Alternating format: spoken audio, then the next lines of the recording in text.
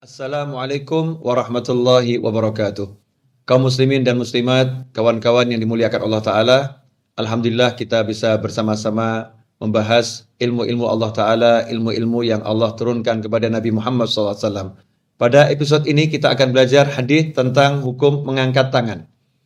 Mengangkat tangan ketika berdoa memohon kepada Allah Subhanahu wa Ta'ala.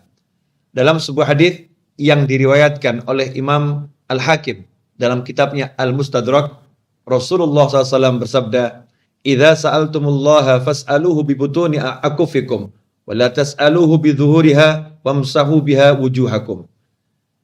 Yang artinya adalah, jika kalian berdoa memohon kepada Allah Subhanahu wa Ta'ala, maka hendaknya kalian berdoa memohon dengan butuni akufikum, dengan telapak tangan kalian menghadap ke atas, dan jangan mohon dengan bidhuhuriha, dengan telapak tangan tertelungkup atau dengan punggung tangan menghadap ke atas. Jadi kalau meminta seperti ini, memohon sesuatu permohonan. Kalau menghindarkan seperti ini. Maka Rasulullah mengajarkan, kalau kalian minta sesuatu pada Allah, maka tengadahkanlah tangan kalian, jangan telungkupkan tangan kalian. Setelah selesai berdoa, maka usapkanlah telapak tangan ini ke wajah kalian. Hadis ini diriwayatkan oleh Imam Al-Hakim dalam kitabnya Al-Mustadrak. Kitab Al-Mustadrak adalah kitab yang berisi hadis-hadis sahih yang berdasarkan syarat Imam Bukhari dan Muslim. Hadis tersebut sahih, tetapi tidak dicantumkan oleh Imam Bukhari dan Muslim di dalam kitab Sahih Bukhari ataupun di Sahih Muslim.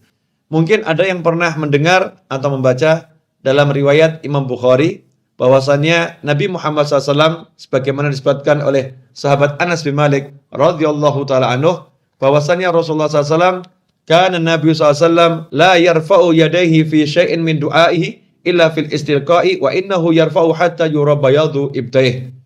Nabi Muhammad SAW dahulu kalau beliau berdoa tidak pernah mengangkat tangan kecuali dalam istisqa. Dalam istisqa beliau mengangkat tangan tinggi sehingga kelihatan putih ketiaknya. Hadis ini betul diriwayatkan oleh Imam Bukhari. Tetapi jangan salah memahami, karena banyak hadis lain yang menjelaskan. Bahkan lebih dari 20 sahabat meriwayatkan lebih dari 40 hadis yang menyebutkan kalau Nabi Muhammad SAW dalam berdoa mengangkat kedua telapak tangannya, bahkan mengangkat tangannya.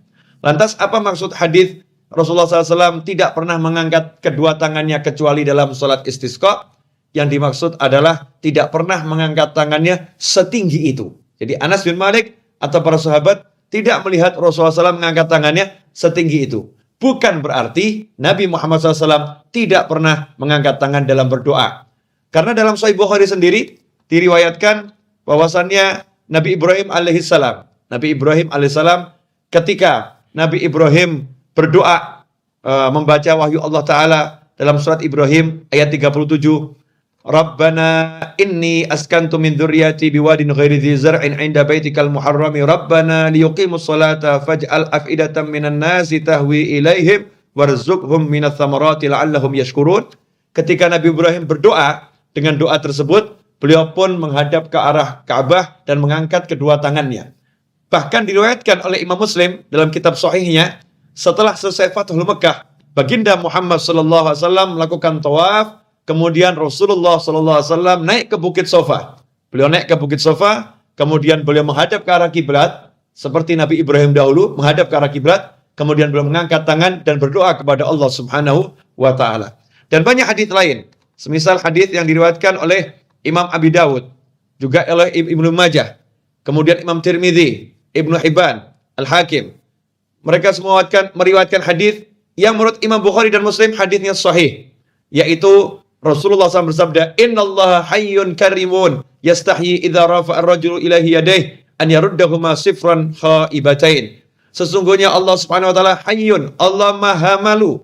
Ya, Allah itu Maha malu, karimun, dan Allah Maha pemurah, Maha memberikan dengan penuh kedermawanan. Yastahyi, Allah malu kepada hambanya kalau ada seorang hamba, seorang yang mengangkat tangan berdoa kepada Allah Ta'ala, kemudian hamba itu melepaskan tangannya dengan tangan kosong, tidak mendapatkan sesuatu dari Allah Subhanahu wa Ta'ala. Dalam riwayat Al-Hakim ada matan juga yang berbunyi, "Innallaha rahimun hayyun karim." Sesungguhnya Allah Ta'ala Maha Pengasih, Maha Pemalu, dan Allah Maha Pemurah. yastahyi min abdihi an yarfa ilaihi yadaih. Allah malu kepada hambanya ketika hamba itu mengangkat kedua tangannya untuk berdoa kepada Allah, thumma la yadha'u fihi ma khairan. Kemudian Allah tidak meletakkan di tangannya tersebut kebaikan. Berdasarkan hadis-hadis ini dan berbagai hadis yang lain, maka umat Islam disunnahkan kalau berdoa mohon kepada Allah Ta'ala, hendaknya mengangkat kedua telapak tangan. Semoga dengan seperti itu Allah memberikan karunia yang besar. Seandainya ada orang yang tidak sepakat, maka tidak jadi masalah. Tetapi jangan sampai karena perbedaan dalam memahami hadis kemudian saling bermusuhan antara muslim yang satu dengan muslim yang lain. Ikhwani rahimakumullah, semoga apa yang saya sampaikan ini bermanfaat untuk kita semua dalam kehidupan dunia dan akhirah. Mari kita sebarluaskan dan kita simak kajian-kajian berikutnya. Wabillahi taufiq wal hidayah. Wassalamualaikum warahmatullahi wabarakatuh. Sahabatku yang dimuliakan Allah, alhamdulillah telah menyaksikan kajian yang barusan saya sampaikan, mudah-mudahan berkah dan manfaat. Selanjutnya, saya ingin memperkenalkan satu program baru saya, yaitu Satu Hari Satu Ilmu.